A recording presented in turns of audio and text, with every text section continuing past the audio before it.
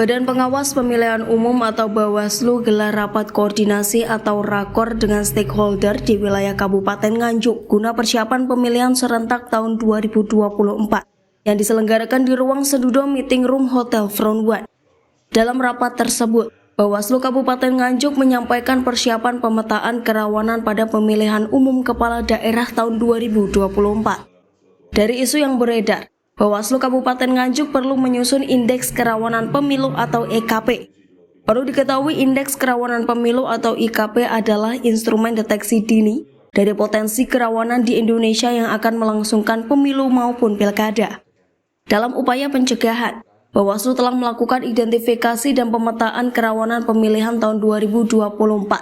Berdasarkan data Indeks Kerawanan Pemilu atau IKP tahun 2024, yang telah diluncurkan pada tahun 2022 lalu oleh Bawaslu Republik Indonesia. Mengadakan peluncuran pemetaan kerawanan pemilihan kepala daerah tahun 2024. Untuk wilayah Kabupaten Nganjuk yang diantisipasi terkait kerawanannya? Ada 7 isu yang kita angkat. Ini berdasarkan dari peristiwa atau kejadian atau indikator-indikator yang selama pemilu maupun sampai dengan hari ini. Untuk skala prioritas kerawanan itu sendiri seperti apa? Prioritas kerawanan untuk Kabupaten Nganjuk, prioritas ya, maka kita berbicara tentang profesionalitas dari penyelenggara pemilu, karena profesionalitas penyelenggara pemilu ini berkaitan dengan pelanggaran kode etik. Kode etik, apakah mereka profesional dan tidaknya, apakah mereka netral atau tidak.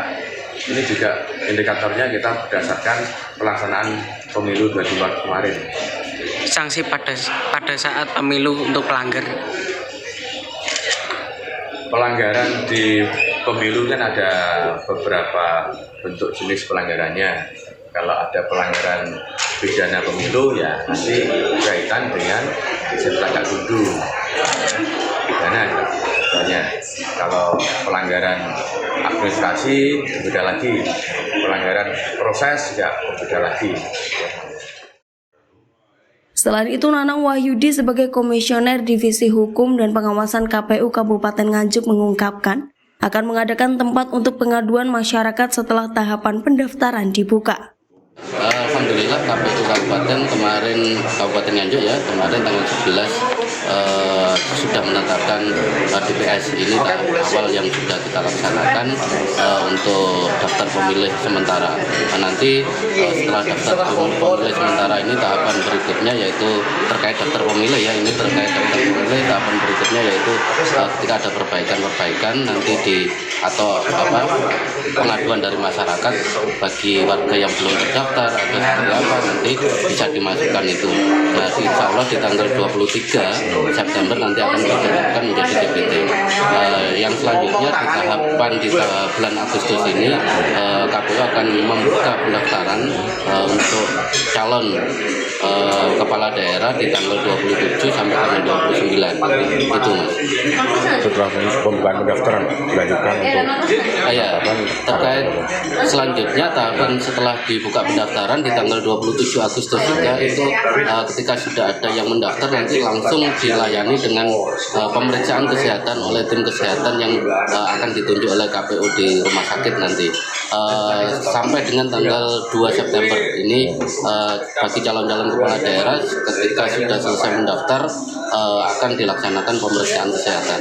Yang selanjutnya yaitu pasca pendaftaran calon bupati wakil bupati, KPU akan memeriksa kelengkapan administratif. Ini sampai dengan tanggal 15 September nanti ini sudah masuk perbaikan juga. Di tanggal 15 September ini adalah tanggal terakhir teman-teman calon kepala daerah dan wakil kepala daerah dilakukan verifikasi administrasi berkasnya.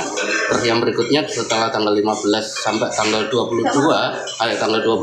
itu ada pengaduan masyarakat sekaligus klarifikasi KPU terhadap aduan masyarakat tersebut terhadap calon yang diajukan apabila ada. Di tanggal 22 itu kita akan melakukan penetapan, dan terakhir di tanggal 23 kita akan melakukan pengumuman calon bupati dan wakil bupati yang akan berkontestasi di tanggal 27 November 2024.